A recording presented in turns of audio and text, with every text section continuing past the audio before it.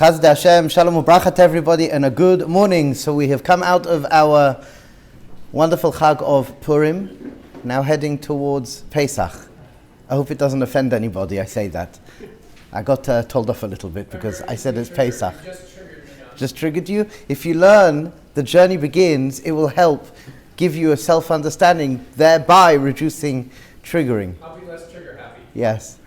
So Chazde Hashem, as we have said in the last couple of sessions, it's so important.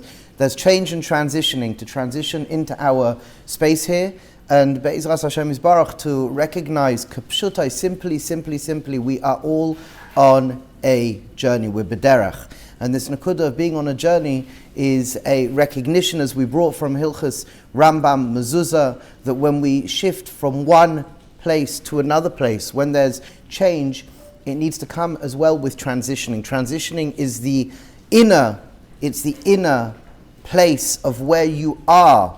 Because as we know, a person can be in a particular place physically, but psychologically in their thinking they could be somewhere else. You could be speaking to a loved one, you could be speaking to a child, and they may, or you may think that child, that other person has your attention, but in your mind you're somewhere else. The truth is, a child experiences that as well.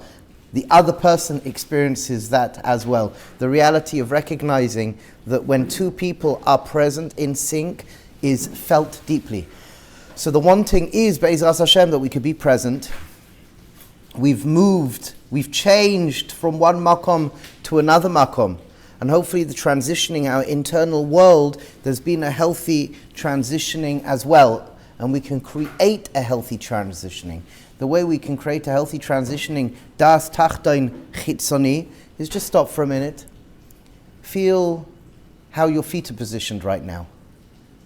Feel how your feet are positioned right now. And just notice how your calves and thighs are right now in the present moment. And just notice where your back and your stomach, chest and upper back, how they feel right now. Notice how the different surfaces are meeting. What do your shoulders, your left shoulder and then your right shoulder, what does that feel like right now?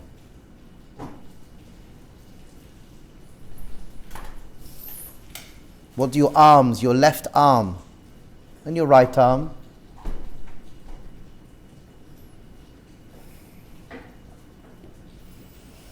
So you've come into your body. Just notice what's going on in your face, the front of your face, and the back of your head.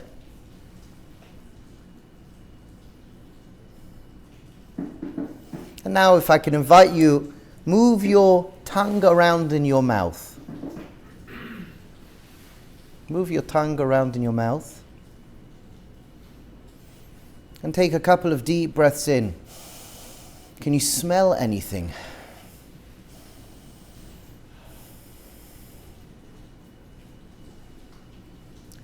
And now listen.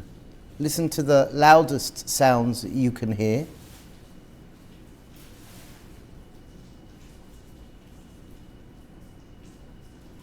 What can you hear right now? And lastly, just look around at the space you are in. This is a grounding exercise. Das tachtoin chitzoni. I'm grounding myself and I'm becoming aware of the environment that I am in. And this is good for us. You feel a little bit different? Yeah, you feel a bit different? More grounded, more here. Das tachtoin pnimi we will learn about as well. That's the internal check-in.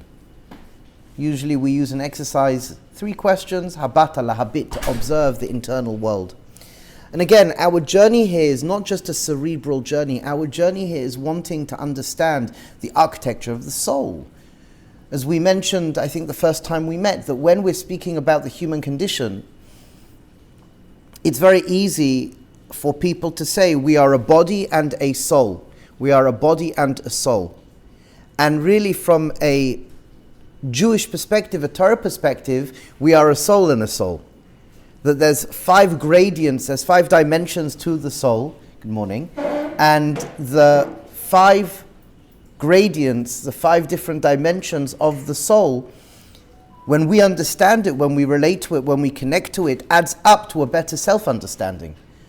And when we understand that everybody functions like this, when we understand that every single person has the same makeup and we can tap into that, it changes the way we function and it changes the way that we relate to other people, we relate to situations, because we know where things are coming from and we know how to hold a situation. So there's 5 parts to the soul, and there's a name to each part of the soul, and there's an experience to that soul part. What we're speaking about here, simply right now, is the experience, void of the sources. We're not necessarily here speaking about the sources, we're speaking here primarily about the experience. Why? Because sometimes we can get lost in the sources. Sometimes we get lost in the Maramakomas and then we lose touch with the experience, what we want to try and work out. And this is something, again, which I think is profound. There's such an unbelievable, sophisticated approach to Yiddishkeit. There's such a phenomenal, brilliant approach to understanding the architecture of the soul, the human experience, and it's our heritage. It's there for us. And when we could just tap into the experience, and then later on we'll add in Makorot. First we just want to start to relate to how we actually work. And from there, we layer it with looking at Chazal, looking at the language that's used for each soul part, for the different experiences. And we see Mishnah, Tanakh, Mishnah, Bavli, Yerushalmi, Midrashim, it's everywhere. That when Torah is speaking to us, there's a background that it seems to be is taken for granted, that we know how we work. We know how we work. So the goal right now is just to speak to the experience. And we'll add things in as we go along.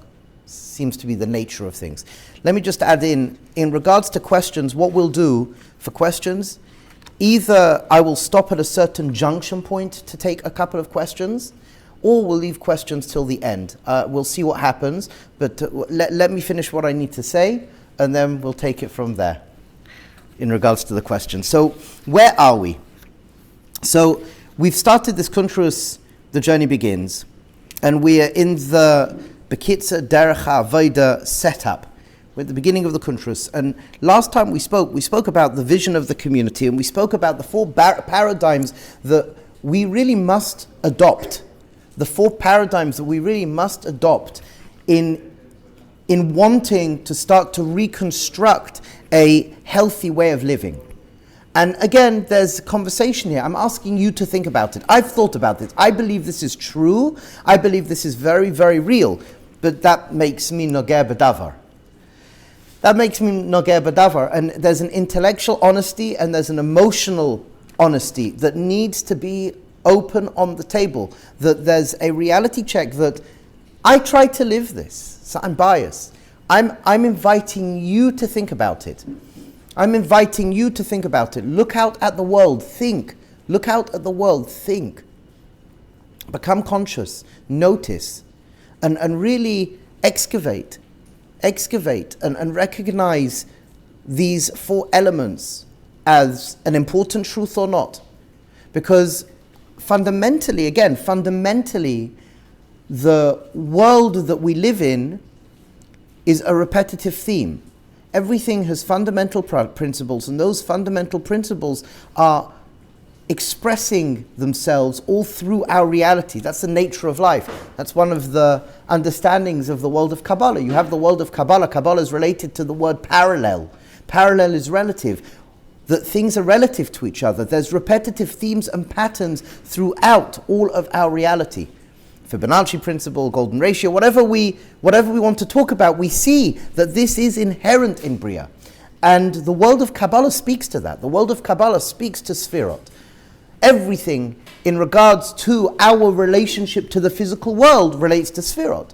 Whether it's cerebral, whether it's character traits, whether it's colors, whether it's textures, whether it's the 7 notes in a scale, 7 days in a week if you're speaking about the lower Sfirot, whether it's the 7 or 10 based on 2 midrashim languages of tefillah. It just goes on and on and on and on. And this is something to think about, because when we understand fundamental principles and we can see how those fundamental principles work from the source, when you look out at the world, it's like, whoa, okay, things work.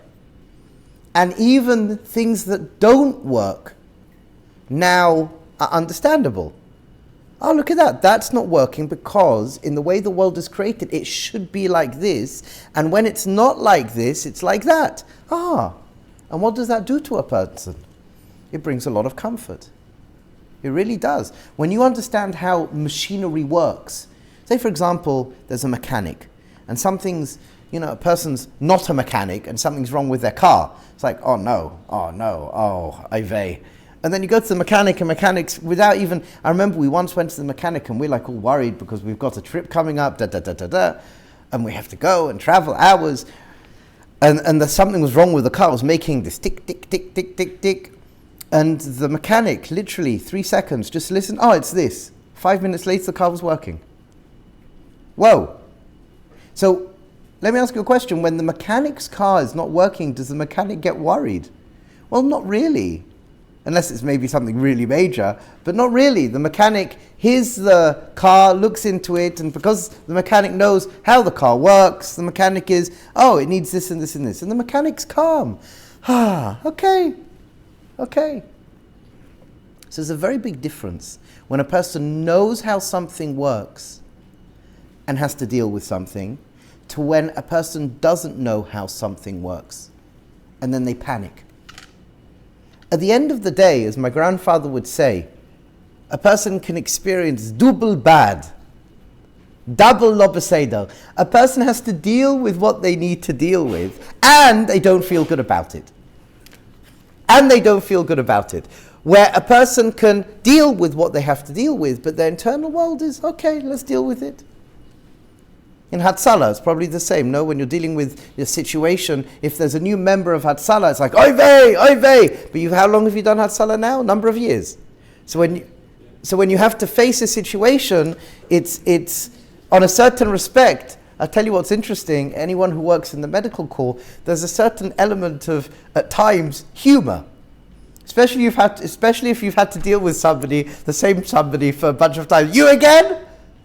But that changes the whole environment. Instead of it's like, What that does to your psychobiology is absolutely fantastic. It takes you out of fight and flight into rest and digest, even if there's a serious issue at hand. It's amazing what the body can do. So what happens at times, stress then puts masks and layers of masks on physical symptoms, on psychological symptoms, where actually the cause is this, but then because of layers of stress and other things that are going on, you can't see what's going on. So this nakuda of relating to source to the best of our ability, to relating to fundamental principles of thinking, finding the original question to be asked, dancing with the variations of questions in how we can approach a situation. When we're calm and when we are more open, insight and wisdom is more available to us. But when we are closed and very tight, nothing's open to us. There's a story from the Ropshitzer. Chassid came to the Ropshitzer and says to the Ropshitzer, Rebbe, I mamish had this big hasaga, I had this deep insight. When a person asks a question, this is called what? Exile. But when a person answers the question, it's called redemption. Oh, very interesting, the Ropshitzer says. So when a person asks a question, it's like, I'm stuck, exile, I'm stuck, I'm closed. Oh my gosh, I have a question now. Oh, this is terrible, what do I do? It's like, your mind is... But then when you get the answer, it's like, okay, I feel better now. However, the Ropshitzer turned it on his head, and the Ropshitzer says, Pimfaket, maybe it's opposite. Maybe it's a reality. When you ask a question, it's exile. When you ask a question, it's redemption. And when you answer it, it's exile. The Chassid looks at the Rebbe and says, how does that work? He says, because sometimes when you ask a question, you've opened yourself up to all the possibilities. You've opened yourself up to all the possibilities. But the moment you have answered the question, you have now closed yourself up. And for so many people, they ask a question once or twice. And then they answer the question. They have an answer for the question. And then it's ended. Rav Kook has a couple of pieces where he speaks to this, and he says that when we ask a question, ask the question. Get your answer, but then ask the question again. The same question again. What is HaKadosh Baruch Hu in my life? What does Torah mean to me? Don't walk around with the depth and majesty and truths of Torah as a 3-year-old kid. And that's what happens for a lot of people. They ask a question, they have it answered, and then when they've had it answered, that's it, finished, finito, gone. And ultimately what we want, and this is part of the exile process, the part of the exile process is we've stopped asking questions. Part of the exile process is we've lessened our availability to think, to have conversations. And part of that is because we've become very egocentric, we're on defense mode. And what we want, especially in our community, what we want is to try and really excavate depth. We want to excavate. We want to go deep. There's really no time to be superficial. We want to be deep. We want to ask real questions, and we want to address them. We may not have all the answers here and now, but it's an unfolding journey. And what I find within this derech, Rabbi Singer would say that it really is an unfolding journey. You may get insight. You've fundamentally started to figure out how you work. And then through that, you're changing the way that you live and you're getting insight, and somebody else is not there yet. So either you could ditch them or leave them behind, or it's an achrayus to be even more humble and hold the other person. Have the ability to see and hold the other person. And Rabbi Singer would say it's incumbent upon each and every one of us to gift the other person to feel safe, to give them space and feel safe. We'll go more into that. But when we can have that ability to set a space and then gift somebody to feel safe, and you could be humble and hold that person and work with that person, changes everything. It's not about necessarily answers. It's not necessarily about solutions. It's about the relationship. The relationship itself creates massive shifts. Sometimes you don't have to say anything. I remember once with Rabbi Singer, there was a person speaking to him, and it was a very difficult situation. And all Rabbi Singer did for about 2 hours was just listen. All he did, he listened. Okay. And then he stopped and repeated back, and then he went, He didn't even say anything. But at the end, the person walked out like, wow, okay, I'm ready to go. And I said to the person, Shimon, what happened? All Zaidi did was listen to you. You didn't let him speak, or you didn't speak at all. All he did was listen and reflect. And this Yid, he said, well, because I know with Zaidi already knows, Rabbi Singer already knows that I have all the answers inside of me. And sometimes I just have to have somebody to listen to me and to allow me to feel safe and talk and validate where I am and reflect where I am. And then from that reflection, I can go off in this direction and that direction. And lo and behold, clarity emerges. And that's what we want. We live in a world today where we lack clarity. So many people are lacking clarity. Maybe some of you have clarity. That's good. Share it. But maybe some of us don't have so much clarity. Maybe we have polluted thinking, and the more we know fundamentally how we work, just mitzad experience changes everything. So we started this journey with a wanting, and the vision for the community, as we mentioned, that the vision, our community envisions a world where individuals can lead wholesome, wonderful lives by embracing a geula, redemption mindset. And we've mentioned before that there's 3 tiers. You have exile within exile, you have redemption within exile, and you have redemption within redemption. We can't yet achieve redemption within redemption, but we can achieve redemption within exile. We can know how we work, and we could achieve a level of freedom, a level of redemption within the exile. And that's really what we're speaking to in this shlav of our global avodah. Because the more each and every one of us can adopt these shifts, these ways of thinking, to be healthier, more positive, more aligned, the better, as we said, it's going to be for me, and it's going to be better for all of us. My geula is your geula is my geula.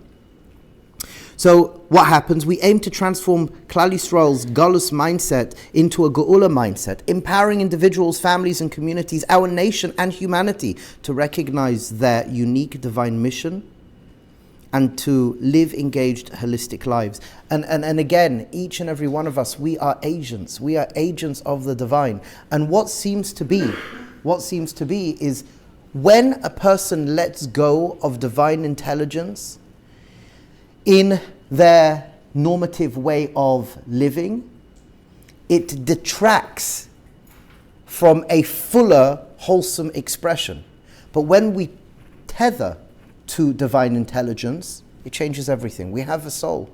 And I think we may have mentioned this when we spoke about therapy, psychology. It's very much, at first, a study of the spirit, which really is coming to speak to this alignment process. But over the years it got lost a little bit, but we will find our way back.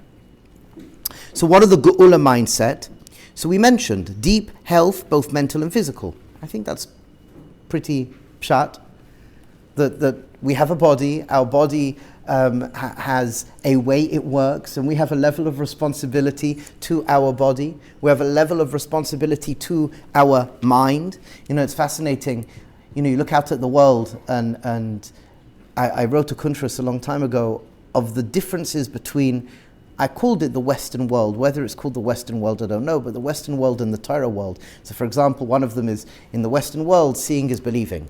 Seeing is believing. But actually from a Judaism perspective, we don't think like that. Believing, but we see through our beliefs, which is based on the Gemara in Makot, Kaf Dalad, that we see through our beliefs. It's not seeing as believing, it's dangerous. Seeing as believing is dangerous, it's illogical, it's irrational. But most people go around thinking like that. But then you have this other glorious reality, free speech, which involves saying what you want, seeing what you want, hearing what you want. So, you know, you look at the mental health issues that are going up, and it's true that it's been an ongoing process, but for sure it doesn't help to listen to like depressing, miserable, violent. It doesn't help us.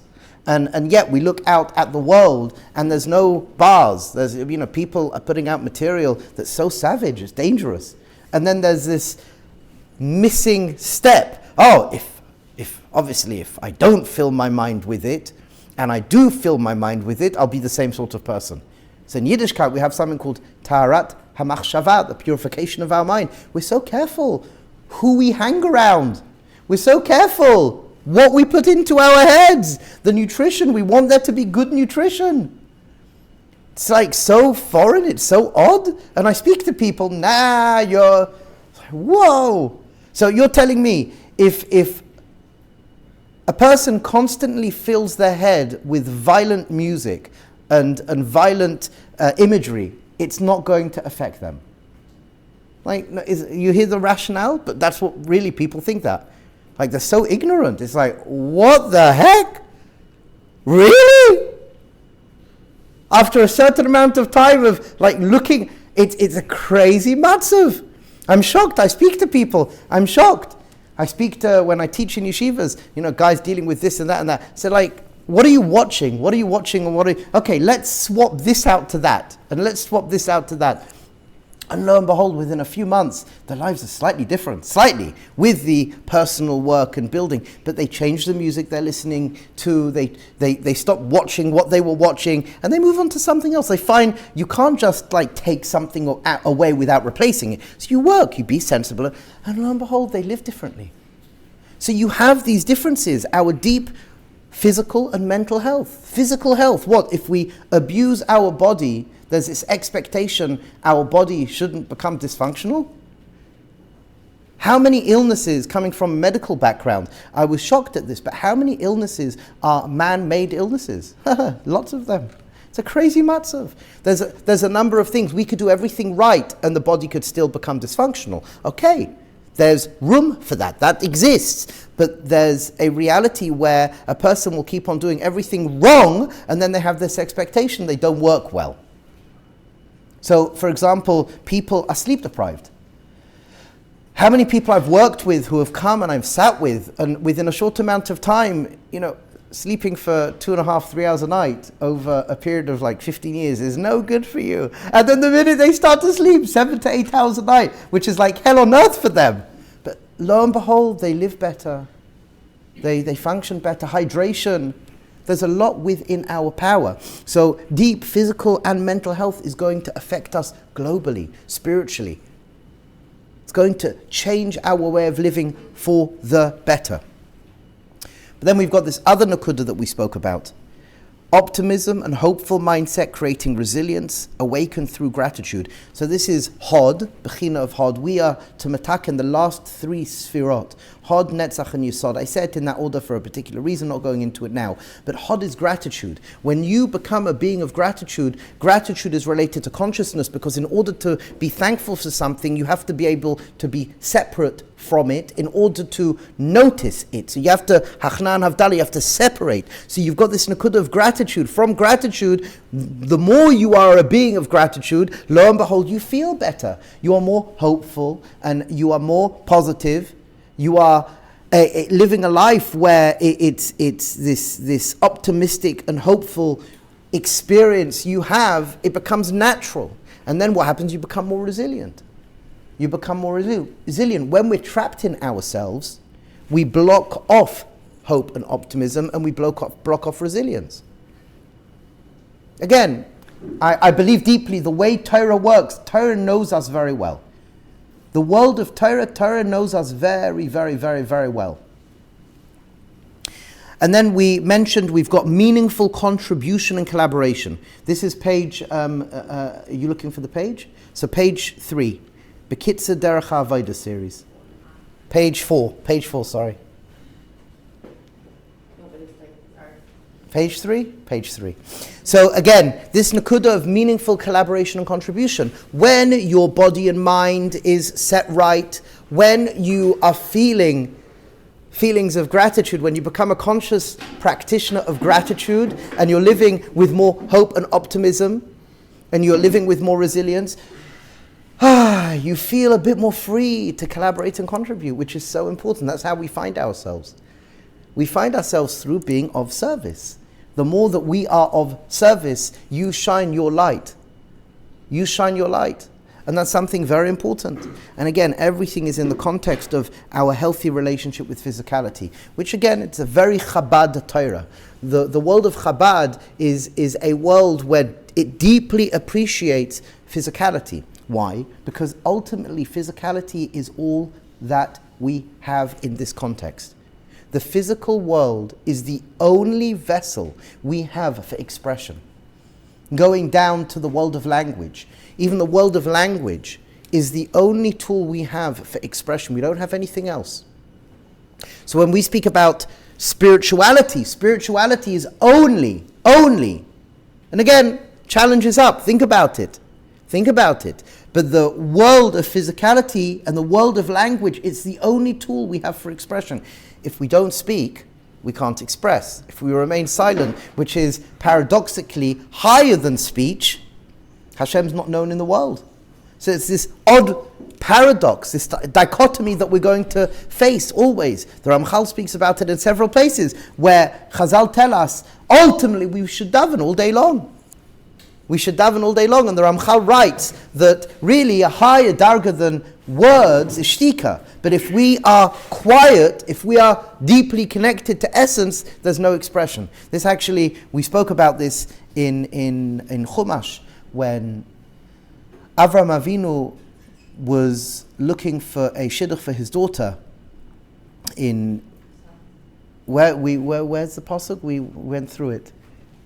Remember where the pasuk was Avram Avinu? It says Shamayim and Aretz, but the second time it just says Aretz, and not, it says Shamayim and not Aretz. Why doesn't it say Aretz? Because Rashi says there that Rashi says there that Hashem only became known in the world when I did my avodah.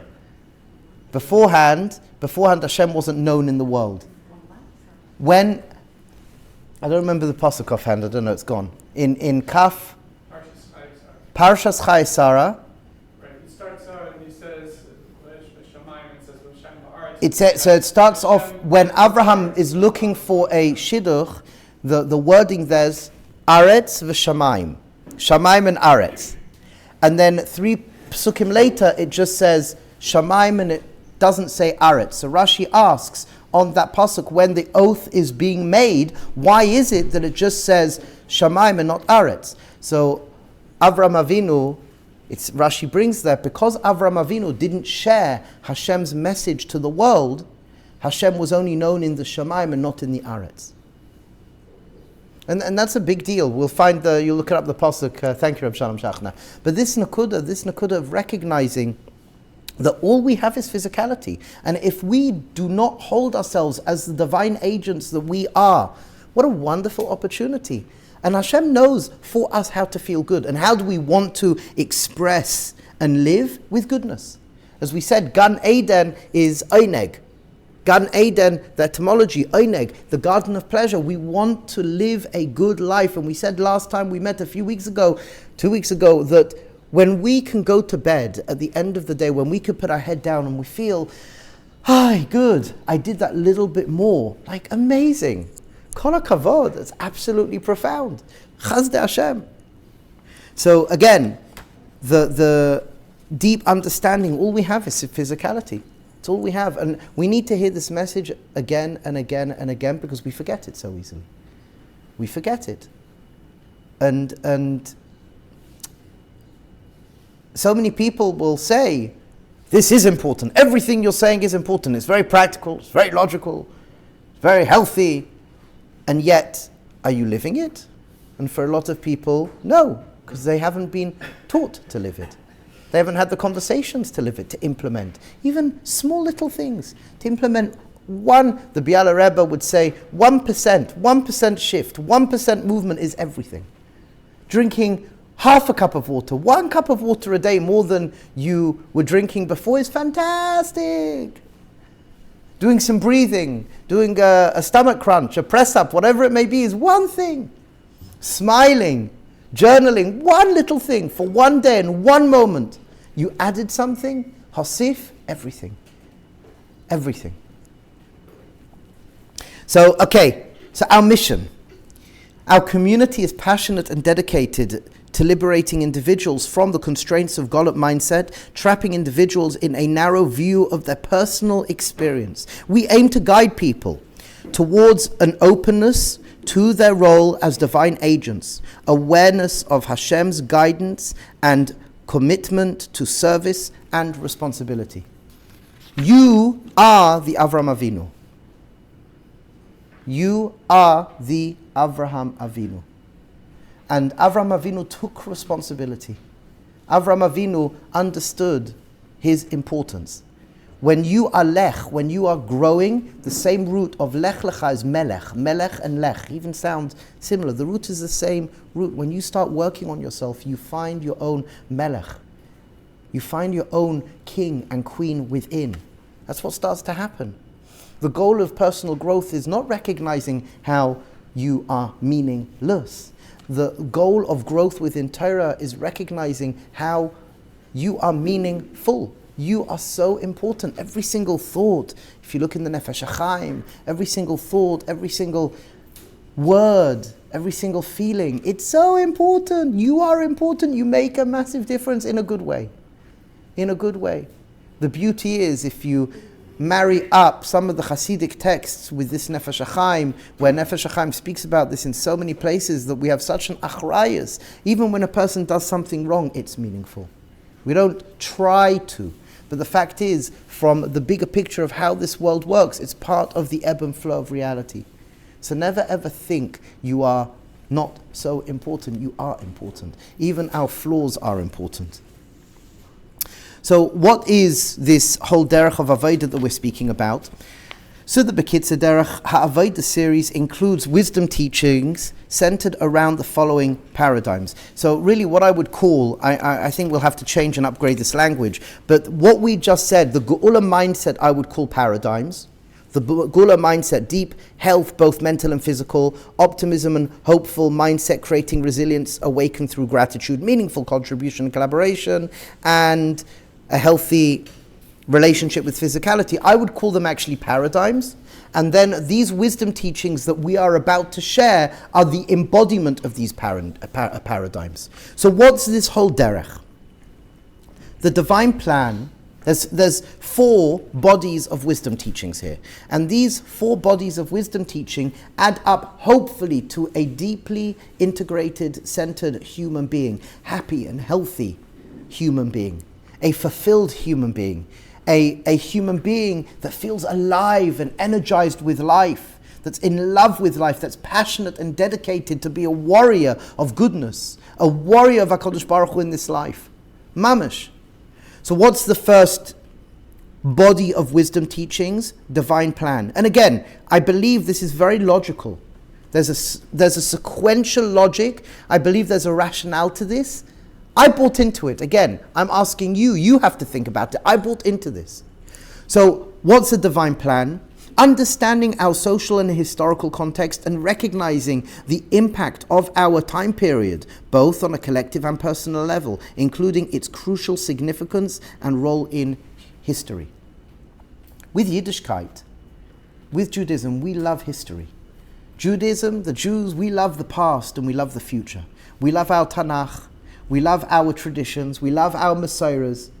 More than that, though, we understand deeply, and this is part of, again, the unfolding journey that's already laid out more specifically as patterns in the world of Kabbalah, the Nigla. But once you understand those patterns, you see it in Niglas HaTorah as well. And what is that? That there's a 6,000-year period. We have a timeline, 6,000 years. And lo and behold, it goes from 6 into 7. And if we open up our minds a little bit, the lower Sfirot, Chesed, Gevurah, Tiferet, Netzach, Hod, Yisod, going into Malchut. The Gra and the Leshem comes and darshans this, and others come to explain this in a deeper way. Each 1,000 years has its own energy, has its own characteristic. And not just isolated in Tanakh and the Jewish world is this 1,000 years expressing, but globally, what you will find all over the world throughout history, there is a secular expression, a secular energetic expression, just as there is in the Tanakhic expression. And it's very profound. It's very real and it's very profound. We've written a lot on this. So that's number 1. Number 2, if we know the map, and we know how the map works, we're never lost. When we understand where we are on the map, when we understand that we actually have a sophisticated approach to our relationship to time, we're not lost. And if we do get lost, we could find our way back quickly. We could find our way back gracefully. But when we don't know where we are on the map, and we don't know the unfolding of history, and we see chaos in front of us, and there's a lack of meaning to that chaos, then it hurts. Then it really hurts. But if you could be shown in Chazal, and further back in Tanakh, that actually everything that we're going through is spoken to, that, oh wow, lo and behold, wow, okay. So I may not be able to pinpoint a particular placement as we go further, but look at that. If I start putting all the numbers together and the equations together, I come with an algorithm. It becomes something very, very real. Look at that. I'm looking at this Tanakh, and I'm looking at this Maimar Chazal, and I look out at the world today. There's somebody here, he made the sim. He went through Mishnah, and then he went through Shas, and now he's going through Tanakh. And one thing it's very interesting, one thing he says, now he started learning Sefer Daniel. Sefer Daniel he opened up now. So what starts to happen? He says, it's like reading a newspaper. I open up Tanakh, and when I open it up, it's like, whoa, what? I don't have to look at the news now. And you read the Mefarshim. He reads the Mefarshim, and you go through the Mefarshim. It's like, whoa, okay. What does that do to you? What does that do for you when you understand the divine plan? You could bring a little bit of nechama. you could bring a little bit of nechama. There's a divine plan. So when you understand that divine plan, that's the first shift. Know there is a map, know how that map works and evolves, and know how you fit into that. Know the shifts that take place. Know the ebb and flow of the characteristics of time and the things that go on in time. So important. The divine plan is more objective. The divine plan is more objective. Then if you think about it, what is logical as a progression once we touch the objective? We've got the subjective. That's the architecture of the soul. Cultivating inner awareness, becoming a Baal or Balas Das, someone with a deep, awakened understanding of their true self and their potential to serve the world. So you've got the objective of the divine plan. But where do I fit in as an individual? So when I can understand the subjective in context with relationship to the objective, you've got the divine plan and then you've got the architecture of the soul. Okay. So it's not just a study of the objective, the big picture. You have to include yourself because you matter. You matter. Everything and anything that you do, you matter. You are a fundamental part of the unfolding process of divine light expressing. And when that day happens, when that moment happens, and we are in that moment celebrating and really deeply feeling this expression of divine light pulsating throughout all of reality, you have to deeply sense, I am part of that. I did something towards this glorious celebration.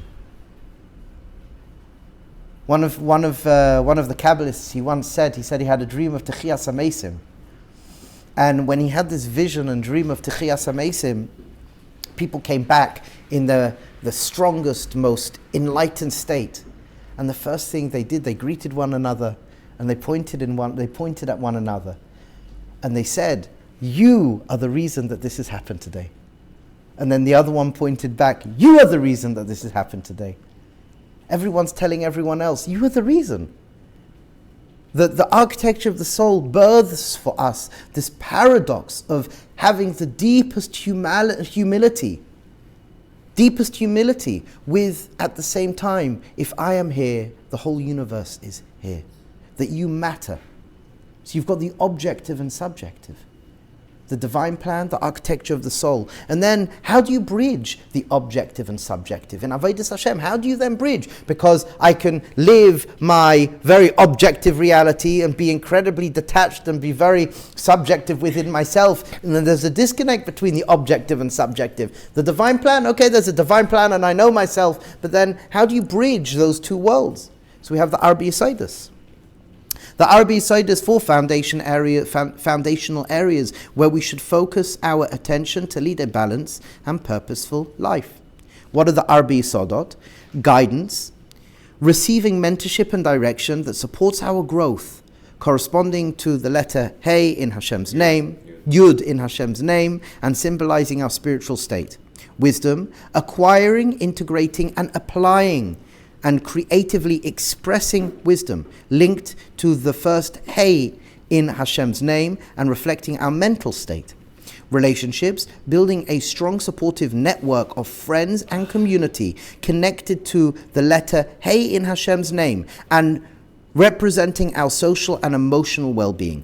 Physical and financial health, dedicating time and effort to maintaining physical and financial well-being aligned with the second Hey in Hashem's name and representing our physical and financial state. And the last of the Arbi Yesodot, fluid integration, applying the principles from these categories into everyday living through targilim, exercises to create mental and emotional shifts that refine the soul. So again, let's just talk to that for a moment. The Arbi Yesodot. So I've got the objective, divine plan, and I've got the subjective, architecture of the soul. How do I bridge? Well, if you think about it, I need to have metrics. I need to have metrics. I need to have something that I can measure myself against, and I need to have the ability where other people can hold responsibility with me and relationship with me. They can talk to me, they can see me. Because ultimately, the bigger picture of life, we don't know fully what's happening in the divine plan. We don't know what's fully expressing. It's indirect. We read a source, and through reading that source, we have an idea and we could speak about it.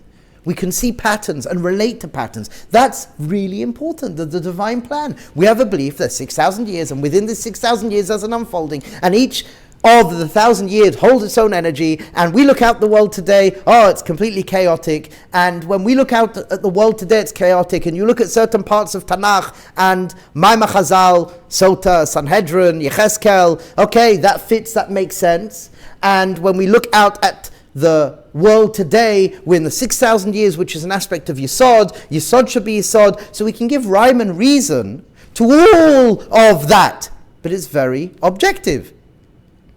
It's very objective. It's me speaking and me putting bits and pieces together, and we hope. Again, it brings us a nechama, but it's like not really factual on a certain respect. It's my interpretation, and we have to be aware of that. So you've got this objective. Then you've got this subjective, my own experience. So how do I know I'm not delusional? How do I know I'm not delusional? This was basically a very, very big machlekes within the world of Chassidus. That by the Baal Shem Tov, he worked very hard on Tikkun HaMidos before Devekus. He speaks about Devekus, but there was an Inyan of Tikkun HaMidos, fixing up your midot before Devekus. Why? Because Tikkun HaMidos is about responsibility. Tikkun HaMidos is about having the ability to have other people in your life to hold you responsible, to talk. Whereas Devekus is very subjective. Very, very subjective. And sometimes a person could be in what we, in the world of Chassidus, there's a definition of Chassidus, but one definition of Devekus, which is like, whoa, Hashem's speaking to me. And there's a truth to it. However, we can experience that sometimes takes us on negative journeys as well. So the Nakuda by at first the world of Musa and the world of Chassidus originally, Baal Shem Tov, was very much Tikkun HaMidos before Devekus. Maggid of Mezrich made a switch, and it's understandable why that switch was made, and it's very important why that switch was made. He went into the world of Devekus, get blown out of your kishkas. Through getting blown out of your kishkas, then you feel better, you heal. It's like a quicker, on a certain respect, a quicker way to connect. And the other Chavrai Kedisha did not like this. They said, you moved away from our teachers' teachings, and it's dangerous. So one has to be very careful with the subjective. And we never really know. And this is a fact on the table. We never really know.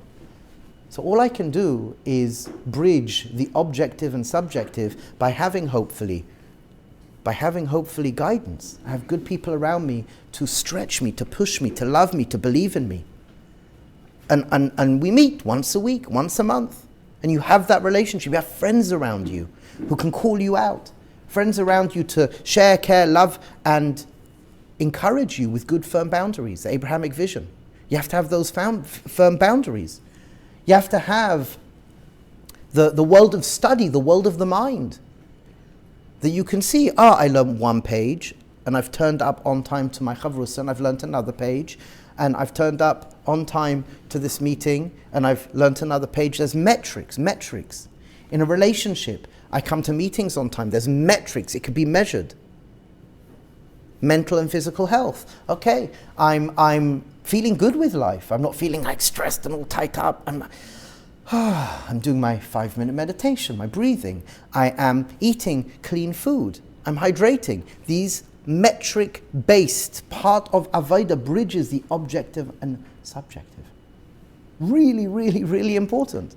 And what I would say is, it's true to say that once upon a time, the world of divine plan spoke to a chelik of Torah, of the Gra, of the Ramchal, and other tzaddikim that were in that realm of understanding history. And the realm of the architecture of the self, usually it was around the world of Musa and Chassidus. And the world of bridging is like the Niglas HaTorah, Shulchan Aruch. Everything with the Arbi Sidus is like Shulchan Aruch. So once upon a time, they were very separate. Today, we can't afford to have that separation. We need integration. We need integration. We have to understand how the human experience works. And we deeply want to understand that the exile kept things separated. And what we want to speak to today is the healing process of integration. And actually, this is what the Torah has been speaking about for eons. This is what the Torah has been speaking to, a well-presented, centered, integrated human being. And it's there for us. So you've got the divine plan, you've got the architecture of the soul, the objective and the subjective. How do you bridge? The Arbi Sidus. And the fluid integration is finding those tools to help bridge the mind and the heart. The fluid integration is what is available to me to create those healthy shifts. Is it meditation? Is it hisbodedus? Is it journaling? Is it sichas chaverim? Is it this, affirmations? And different people will find what works for them. We've got one person here who set up last year a WhatsApp group of affirmations. They have a whole chevra and it's affirmations. They just practice affirmations and they share affirmations. It's really powerful. Affirmations are a phenomenally powerful way and vehicle of creating change. Rabbi Yisrael Salant. Whether it's mantras. So this nakuda of fluid integration is really important. And what we speak to, what we want to speak to in our growth is the availability to hold, even if it's just for a little bit. Divine plan. Brings a nechama. It really does. When we understand where we are and we're living in the most incredible times and the mapping out in Tanakh, all through Chazal and the Sefer Kodesh, speak to what's going on today and you see it clearly as day, like, whoa! But that's not good enough. You have to understand your self-worth. You have to understand your importance because you make a massive difference to everything that's happening in the unfolding of Hashem becoming even more known in this world. You matter. That sense of self, that sense of pride, that you are a malka, you're a melech, that's so important. And then having the tools to bridge the subjective and the objective, so important. And this derech of avodah is something which it's healing. Let's go back to the text and start to wind down for today. By embracing these paradigms, individuals, again, I would call the first set of teachings that we mentioned, paradigms and the principles to, the embodied principles, the divine plan, the architecture of the soul, Arbi Sodot, these are the principles to make these shifts. So by embracing these paradigms, individuals can start the journey of overcoming their struggles, making empowered choices, and rediscover the beauty and joy inherent in life and Hashem. Which is something very, very, very strong, because when you realize how things work and you can create more of an integration, you can become more present, and you're becoming a conscious practitioner of gratitude, and you are healthier, and you're being invited to recognize the beauty of the smallest things. You feel different. Like, wow, when you have somebody who tells you, it's good to see you, regardless of what's going on. When we're caring, sharing, supporting and encouraging and building communities around these fundamental principles, we live better, we love better, we look better. The goal of this series that we are dealing with here, that hopefully we're going to go through, we'll see what happens, it's exciting. The goal of this series of writings is to introduce people to fundamental teachings that our generation, and our communal language of growth. The Bekitzer Derech Avodah series is made up of selected Kontresim and selected Hirhurei Torah, which we'll explain, to complement the Kontresim. In this series, the Kontresim are purposely ordered to take somebody on a journey from the pre-existing understanding of Torah and Torah thought to a more integrated and practical perspective of how to grow through aspects of Torah and its wisdom. The Hirhurei Torah are journal entries spanning over 20 years that have been selected for the purpose of deepening an understanding of what is taught in the Kontresim in the series here, the Kitzur series. So the Bekitzer Derech Avodah series is made up of writings collected over decades. They are in various stages of editing and all overlap one with another. They will be published out of order and updated over time. Each text and the overall series are in a beta stage. So we appreciate your patience and understanding and welcome your feedback as we update and upgrade. And basically the rest here is what this series is made up of. So let me just explain what this series is. We wanted to create a way that we can communicate this system to people. One thing that's really important is that this is not public. Again, we mentioned this. This is like the first time we're doing it like this. This is not public. Until now, we've used all of these writings in chaburas. What does a chabura look like? A chabura is 7 to 10 people. We sit around a table, we have some drinks on the table, we do a check-in at the beginning, and we speak and we share, we read a chapter of the book, and then we close the book and we talk.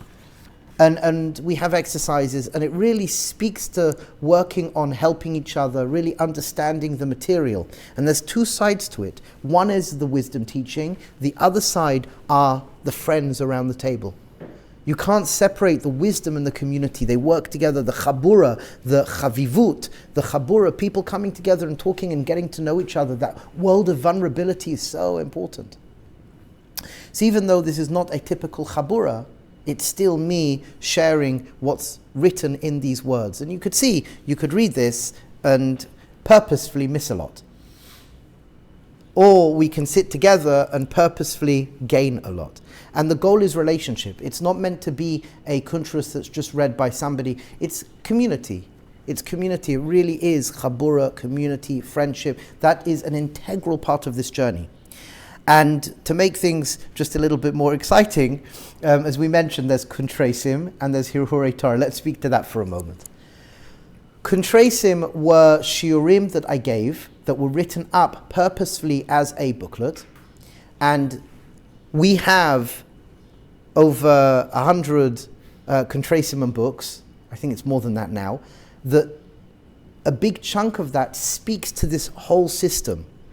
This whole system, the derech of Avodah that we are presenting here, to gift somebody the availability to definitely become healthier, more complete, more centered. And what we did, what I did a number of years ago, I brought together the, so to speak, simplest and most fundamental kuntresim in order to share these wisdom teachings. What the Hirhurei Torah is, Hirhurei Torah, this is actually, this kuntrus that we're going to go into is Hirhurei Torah, and it's a diary entry. It's a diary entry that was an experience that I had, or other experiences that I had that I wrote down from meetings that I had with my teachers. And what you will see in this series, if you wish to hang on, is two sorts of writing. One set of writing is very organized and very methodical, and it builds one on another. And then you have another sort of writing that has like shkoch to the Shulmans who they had to force me to take a 20-page sentence and put it into like 2 lines or a line. So what happened is that the world of the Hirhurei Torah, it wasn't edited, none of it was edited, but there was some very, very strong pieces. And this piece was about 30-something pages. It now is about 20-something pages. And it speaks to the first shift that I believe we need to make. The English is not perfect. I don't know if we're ever going to change that. Maybe we will. Maybe there's some other people who are like, they're coming down on me, no, you have to change it. Could be Efsha. But the English is not perfect, but they know it. Baruch Hashem, they're here. So there are people who know to read English very well, and they know the ideas. So if we need help to decode something, we've got it available. But the goal is to look at these writings and allow these writings for you to have. There's no gatekeeping. To have these writings, and stage by stage we're building together. We're building a language. We're building a rhythm. We're building a cadence. And there's times where it's softer and more readily available, and there's times where we have to talk something out more. And as you can see, I speak a lot. I've got a big mouth. So next week, Be'ezras Hashem, I think we'll have one more session before Pesach. So we finished the introduction here. And just again, to speak about this nakuda of recognizing that you've got this geula mindset, these geula paradigms, that I believe, again, you look out at the world, you see people are struggling. And I believe you could look out deep, mental and physical health. Gratitude leading to optimism and hope, which builds resilience. It talks to us. It's something which is there in front of us. The world of meaningful collaboration and contribution, which we need. We need to work together. We really need the achdus, and we need to work together. But if a person doesn't feel safe within their own bodies, within their own minds, then it's defense mode all the time. So these teachings speak to the shifts that we need to make to create communities that are healthy. Shifts that we need to make to open up to our real heritage of being Balei Ruach HaKodesh, being prophets. And taking that insight and allowing us to really, really shine our light. And again, the wisdom teachings embodying these paradigms, divine plan, architecture of the soul, Arbi Sodot, and then the practices that will enable us to bridge the mind and the heart into action. Be'ezras Hashem. So what I'd like to do is spend a moment, if you can just, let's take a couple, take a couple of questions, then you'll share, and then a couple of questions again if needs be. Does anyone have any questions to ask to right now with what we've discussed? It's a lot, but which I'm aware of. But again, unfolding journey. Yes? It seems that the Chabura setting is really important for really integrating these teachings. I'm stopping there. Yeah, we will figure that out. That's part of the journey we'll figure out. We have to start somewhere. When we start another Chabura, I'll let you know. Be'ezras Hashem. But yes. Just tag me on to that.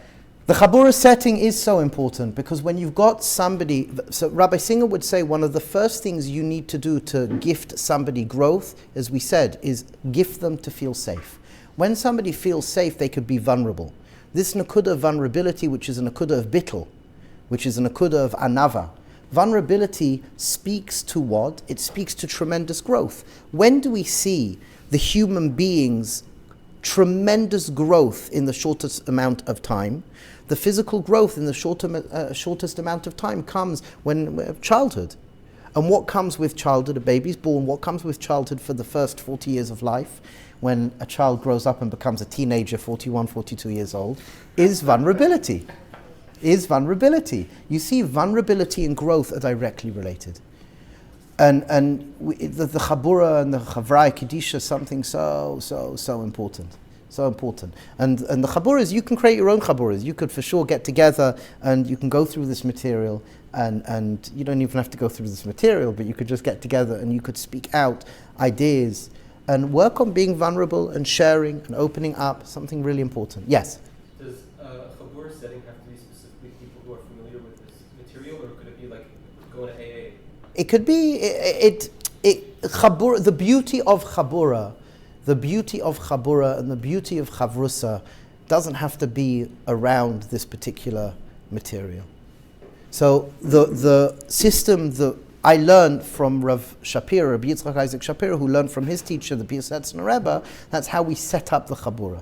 2 minutes of sharing, which is not really sharing, it's a check-in. Then you learn the material, then you close and you speak it out, and you take something on for that week.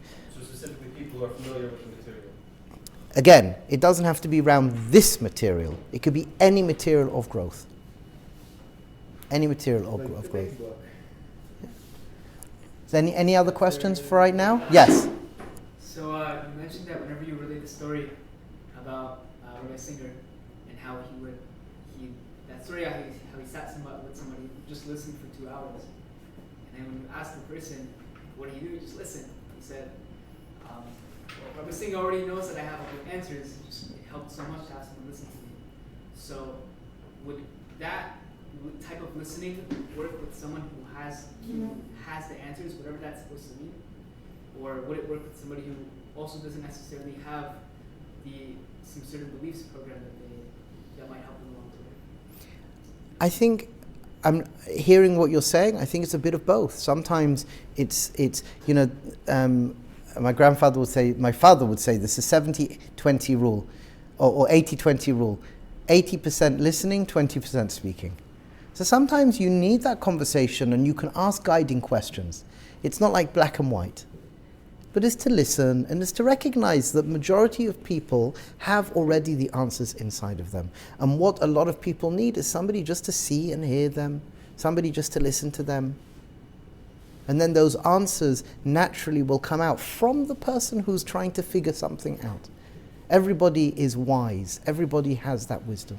Does it need to be spoken out? The person asking? Sometimes yes and sometimes no. Yes? Going back to the Rav's analogy of the mechanic who doesn't panic when he knows that there's something wrong. So going back to the analogy of the person, the mechanic, he doesn't panic because he understands the machinery. Yes? What happens to such a person when they're on the road with other cars and they're watching the other cars be so dysfunctional and it is affecting the way that the mechanic can use his car? How is somebody supposed to manage the tension around relationships? Because we're You talking couldn't- about how relationships are so important. How is I that paid her person- before we came. You paid her before to... So a person, the mechanic who is very self-aware and understands how the mechanic's machinery works, is driving with other people and their dysfunction can very easily create tension and affect the mechanic. It's definitely, I think, a longer conversation, but what starts to happen is that the more conscious you become, you can hold the chaos. Shavisi Hashem lenegdi tamid. As you develop and you become more conscious, you can hold the chaos, and that's something important to speak to. That another humility is having the ability to experience that tension and hold that tension and work with that tension. I mean, even with all the other cars being crazy and chaotic, Yes. you ultimately are able to hold it because you have the mindset. Yeah, Your car. and it does take time. It's not so straightforward. If you think about it, Hashem holds all the chaos. Hashem definitely holds all And the when chaos. We're more aligned with Hashem, so it gives us the ability to hold the chaos more. Yeah. Like the more aligned we are with Hashem, the more we have the ability to hold the chaos. Yeah. We have that resilience. Yeah. Yeah. Okay, if I can trouble you, turn to the person next to you. Maybe you two together. Maybe you two together. Reb Shalom Shachna. Maybe or no. Yeah, okay. So, and just share, what have you heard? What have you heard today? And what spoke to you? What do you walk out with? How can you better your life? How can you better the lives of others? Beseder, so Be'ezras Hashem, we'll carry on next week. And for us just to think about, again, the objective, subjective and bridging. And Be'ezras Hashem, importantly, to be a vessel to upgrade our lives. To upgrade our lives and to, if we have that availability, to upgrade others as well. Say the l'chaim, tovim u'l'shalom, bracha v'atzlacha.